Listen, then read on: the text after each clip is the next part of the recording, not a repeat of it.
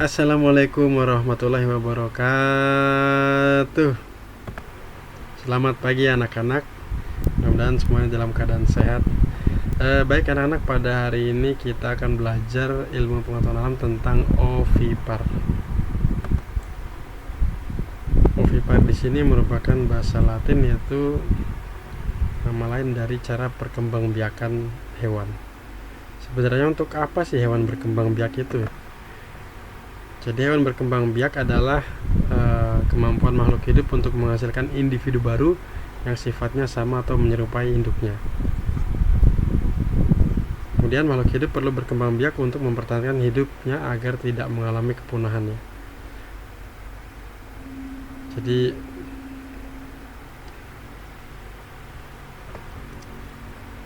hewan-hewan sekarang itu yang sudah hampir punah, tinggal sedikit jumlahnya, itu biasanya oleh negara dibuatkan peraturan perundang-undangan. Jadi apabila ada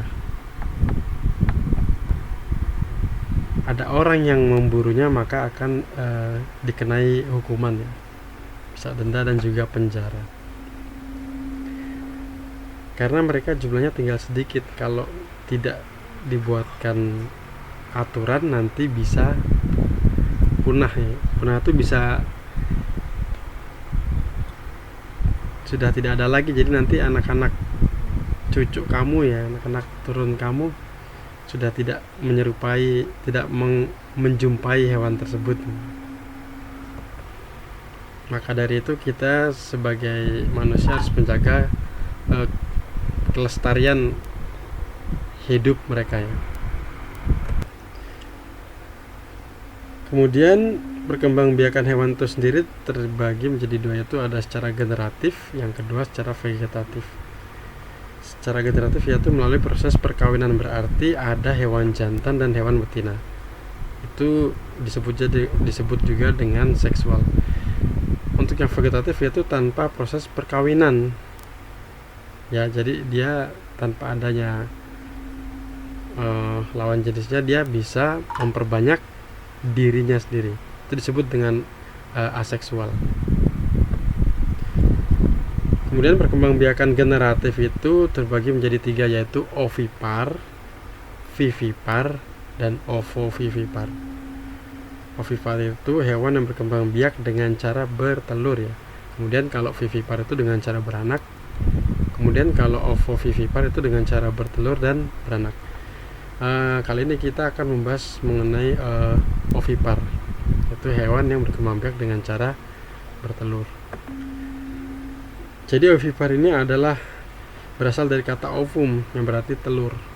Ovipar adalah hewan yang berkembang biak dengan cara bertelur, ya. Jadi ovipar ini bahasa Latinnya, kemudian pengertiannya itu adalah hewan yang berkembang biak dengan cara bertelur. Prosesnya yaitu ovum dari betina, ya, hewan betina, kemudian bertemu dengan sperma dari hewan jantan, nanti akan membentuk embrio, ya. Ini ada telur, cangkang telur, ada embrio, kemudian ada cadangan makanan, yaitu kuning telur. Jadi induk hewan mengeluarkan telurnya, telur menetas menjadi hewan baru. Prosesnya seperti itu, ya.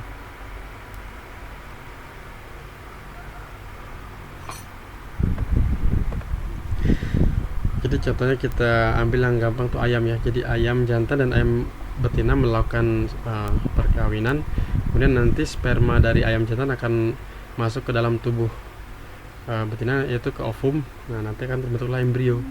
Nah, nanti di dalam tubuh ayam betina itu, seperti yang kita tahu, ya, biasanya satu ayam tuh bisa bertelur.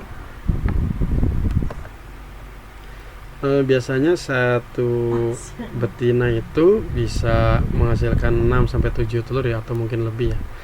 Nah, itu kalau telurnya itu contohnya ayam kampung, ya, dia bertelur terus telurnya kamu ambil, nah, itu nanti itu tidak akan jadi anak ayam, ya.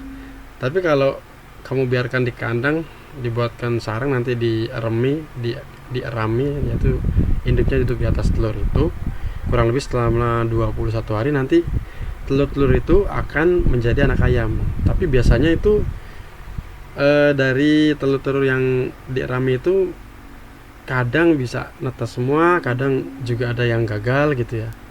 Ya seperti itu kurang lebih anak-anak ya. Sekarang kita masuk ke ciri-ciri hewan ovipar. Satu, tidak memiliki daun telinga ya. Kamu lihat ayam punya kuping apa enggak? Tidak ada kan ya.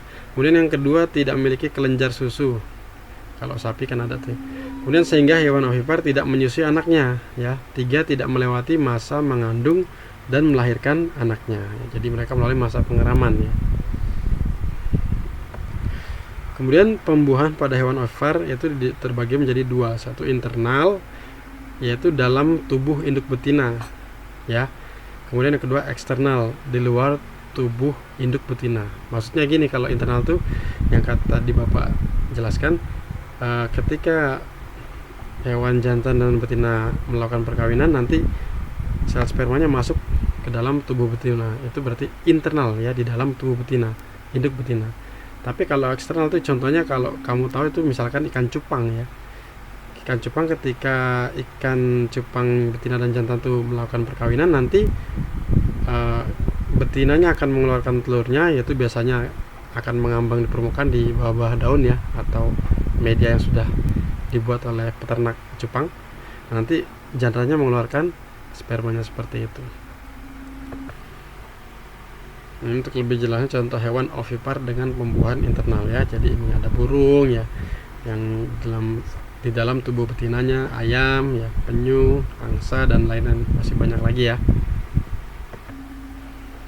Kemudian untuk yang contoh hewan yang pembuahan eksternal itu ada ikan, katak ya, dan masih ada lagi itu. Baik, sekian penjelasan dari Bapak. Insya Allah nanti di lain waktu disambung lagi. Mudah-mudahan dapat bermanfaat dan berkah. Assalamualaikum warahmatullahi wabarakatuh.